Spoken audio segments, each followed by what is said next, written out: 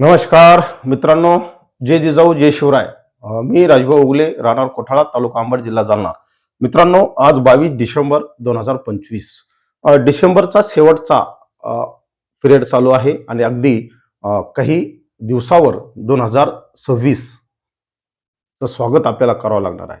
निश्चितच या सर्व पार्श्वभूमीवर माझ्या शेतकरी राजांना, माझ्या बळीराजांना 2026 हे वर्ष पाऊस कसा घेऊन येईल, कसा असेल, हे जर कळाले तर निश्चित त्याला आपल्या शेती पिकाचं नियोजन करता येतं.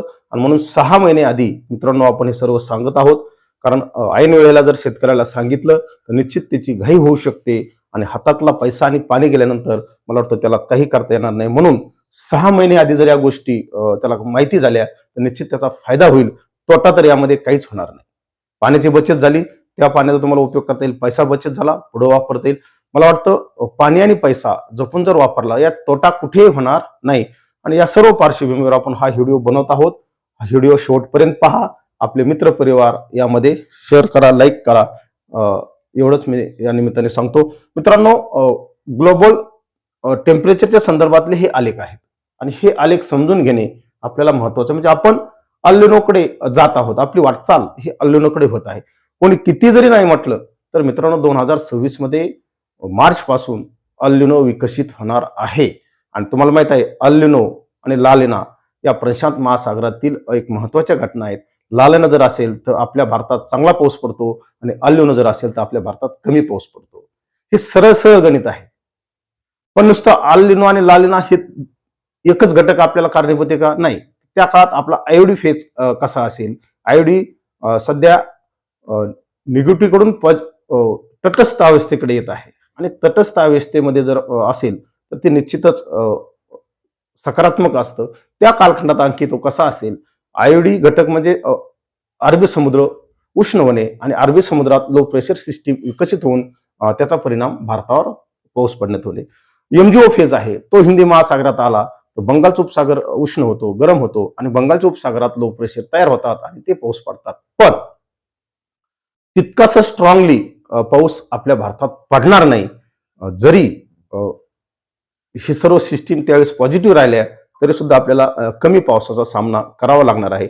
दुष्काळजन्य परिस्थितीचा सामना सुद्धा करावा लागण्याची शक्यता आहे. नवी ती येणारच आहे. या सर्व पार्श्वभूमीवर शेतकऱ्यांनी निश्चित सतर्क करणे, सावध करणे हा एकमेव शुद्ध हेतू आहे. यामध्ये कुठेही लबाडी नाही किंवा कुठल्या गोष्टीची आपल्याला अपेक्षा नाही. शेतकऱ्यांनी सावध राहावे. हा आलेख या ठिकाणी मित्रांनो तुम्हाला लाल रेषा दिसते. 1.5 एवढं सेल्सिअस तापमान टेम्परेचर या ठिकाणी वाढणार आहे आणि या पार्श्वभूमीवर या ठिकाणी अल्निनो आपल्याला विकसित होताना दिसतोय. आणि मग त्यामुळे आपण याला आता रोखू शकत नाही. मित्रांनो, सुपर अल्निनोचे कधी कधी आलता ठरले होते, त्याचे सुद्धा या ठिकाणी वर्ष दाखवलेले आहेत. अगदी तर हे सर्व 98 वर्ष मी तुम्हाला यापूर्वी सुद्धा सांगितलेले. आणखी एक प्रोजेक्ट आहे मित्रांनो जे आपल्याला अल्निनोचं चित्र अधिक स्पष्ट करतो. हा जो आलेख दिसतो आपल्याला हा सुद्धा मित्रांनो पहा, या ठिकाणी तुम्हाला अल्निनो विकसित होताना दिसत आहे. अगदी 1.5 टेम्परेचरवर या सर्व गोष्टी आपल्याला घडताना दिसत आहे आणि हे सातत्याने हा आलेख आपल्याला वर जाताना दिसतो. म्हणजे टेम्परेचर वाढत राहणार आहे, पावसात विसंगती होणार आहे. मित्रांनो, माफ करा पण 2026 पेक्षा 2027 हे आपल्याला तापदायक असणार आहे.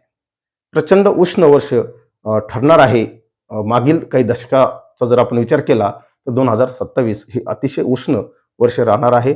या सर्व गोष्टी आपण पाहणार आहोत. त्यानंतर अमेरिकेची जी नोवा संस्था आहे या संस्थेमार्फत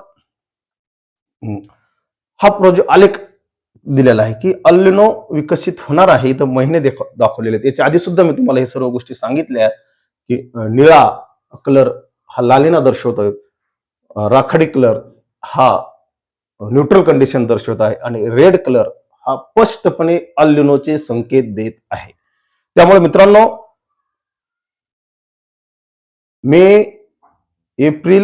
मार्च एप्रिल आणि मे यापासून आपल्याला मार्च एप्रिल आणि मे पासून आपल्याला अल्निनो बळावताना दिसत आहे. एप्रिल मे आणि जून या ठिकाणी आपल्याला दिसत आहे. मे जून जुलै आणि हा वाढताना दिसत आहे. या ठिकाणी जुलै, ऑगस्ट आणि सप्टेंबर पूर्णपणे लालिनाचा प्रभाव संपतोय. लालिना मरतोय. मी पाठीमागे सांगितलं होतं लालिना सीन होत आहे आणि अल्लिनो वर डोकं काढत आहे. जरी फेब्रुवारी, मार्च, एप्रिलमध्ये जरी पॉझिटिव्ह म्हणजे आपल्याला न्यूट्रल कंडिशन जरी असली प्रशांत महासागरामध्ये, पण या कंडिशनमध्ये अल्लिनो उद्भवतोय, त्याचा जन्म होतोय आणि जन्म झालेलं बाळ मित्रांनो मोठं होतं आणि मोठं झाल्यानंतर त्याचा शेवट होतो. ही मोठं 2027 ला होणार आहे, लक्षात घ्या. नुकतंच जन्मलेलं बाळ 2026चं ते लगेच मोठं होणार नाही. ते 2027 वर्ष सुद्धा घेणार आहे आणि 2027चे जून, जुलै सुद्धा डॅमेज करणार आहे मित्रांनो. हे सर्व पाहत असताना नेमकं अल्निनोच्या कंडिशनमध्ये प्रशांत महासागरात काय घडत असतं ते सुद्धा समजून घेणं गरजेचं आहे मित्रांनो. हा संपूर्ण भाग प्रशांत महासागराचा आहे. याला आपण पॅसिफिक महासागर म्हणू.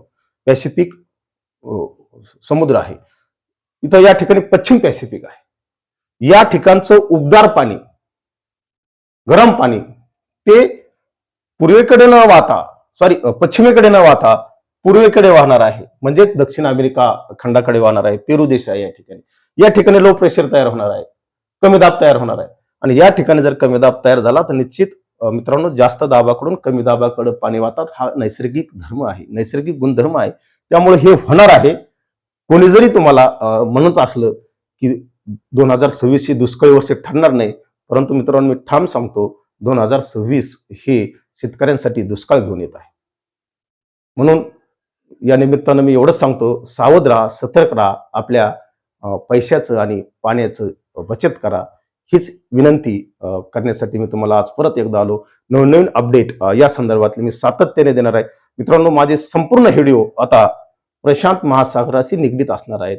आयोडी घटक काय काम करतोय त्या संदर्भातले असणार आहेत. एमजीओ फेज काय करतोय त्या संदर्भातले असणार आहेत. त्यामुळं नवनवीन व्हिडिओ जरूर पाहत चला एवढीच विनंती करतो. थांबतो. जय हिंद, जय महाराष्ट्र. धन्यवाद.